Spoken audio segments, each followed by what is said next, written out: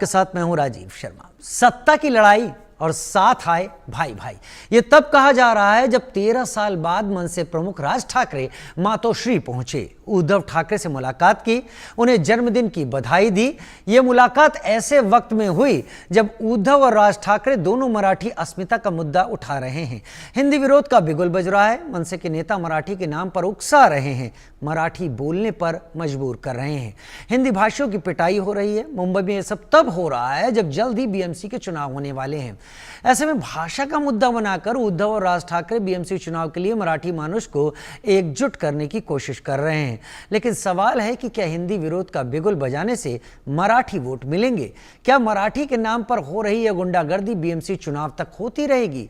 आज इसी मुद्दे पर करेंगे चर्चा। कई खास मेहमान हमारे साथ होंगे, लेकिन पहले ये रिपोर्ट। नहीं देखो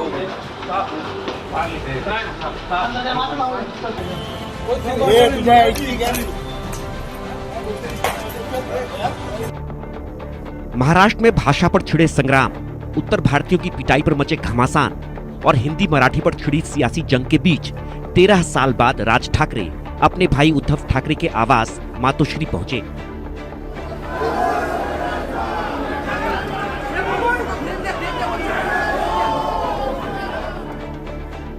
ये मुलाकात उद्धव के जन्मदिन पर हुई।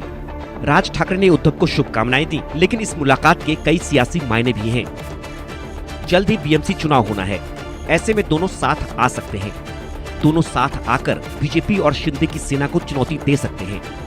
राज ठाकरे सियासी हाशिए पर पहुंच चुके हैं। ऐसे में उद्धव से हाथ मिलाकर सियासी संजीवनी की तलाश में हैं।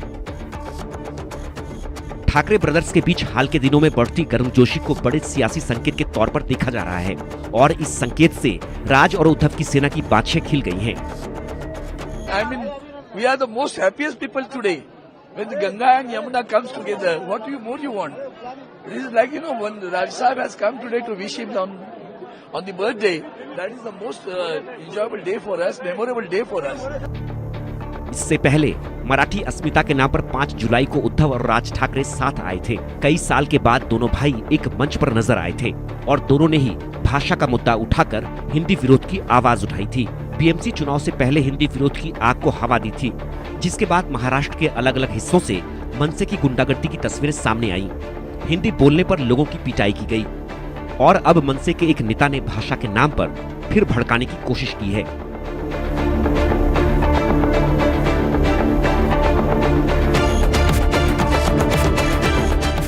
मनसे के प्रमुख नेता संदीप देशपांडे ने एक्स अकाउंट पर तस्वीर साझा की है। इसमें वह एक टी शर्ट पहने हैं। इस पर लिखा है कि समुद्रात डूबे डूबे कर मारेंगे, यानी समंदर में डूबो डूबो कर मारेंगे।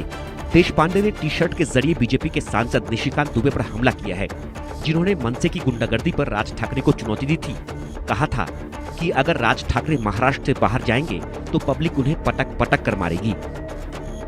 हिंदी हम बोलते हैं और हिंदी ने हमको सब कुछ दिया है, तो जहां कहीं भी हिंदी के ऊपर अटैक नजर आएगा, जो लोग करेंगे, राज ठाकरे और उद्धव ठाकरे कोई बड़े लाट साहब नहीं है। मैं फिर से दोहरा दे रहा हूं कि मैं सांसद हूं, कानून अपने हाथ में नहीं लेता, लेकिन जब कभी भी ये बाहर जाएंगे तो वहां की पब्लिक जो है, जिस किसी भी राज्य में जाएंगे, पटक पटक के मारेंगे इसको। तू आम्हाला पटक पटक के मारणार दुबे? दुबेलाच मी सांगतो, दुबे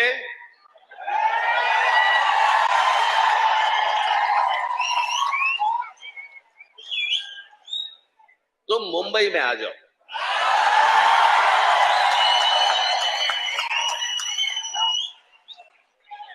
मुंबई के समुंदर में डूबे डूबे कर मारेंगे।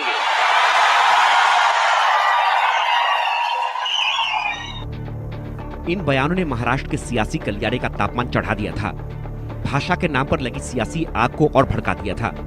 लेकिन जब मनसे की गुंडागर्दी बढ़ने लगी, हिंदी भाषियों की पिटाई की जाने लगी, तो महाराष्ट्र के मुखिया ने भाषा के नाम पर गुंडागर्दी करने वालों को अपने अंदाज में चेतावनी दी। महाराष्ट्र में मराठी भाषा का आग्रह होना ये स्वाभाविक है, ये गलत नहीं है, लेकिन भाषा के ऊपर विवाद होना, भाषा पर किसी के साथ मारपीट करना, ये बर्दाश्त नहीं किया जाएगा।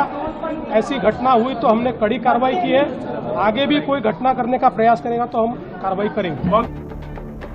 महाराष्ट्र में भाषा विवाद पर सियासी गलियारा तप रहा है। भाषा के नाम पर हो रही गुंडागर्दी पर आक्रोश बढ़ रहा है। लेकिन सवाल है, क्या बीएमसी चुनाव है, इसलिए ऐसे में मराठी का मुद्दा उठाया जा रहा है? क्या जानबूझकर भाषा पर लगी आग को भड़काया जा रहा है? और सवाल ये भी कि भाषा के नाम पर आखिर गुंडागर्दी कब तक? Bureau report, India news.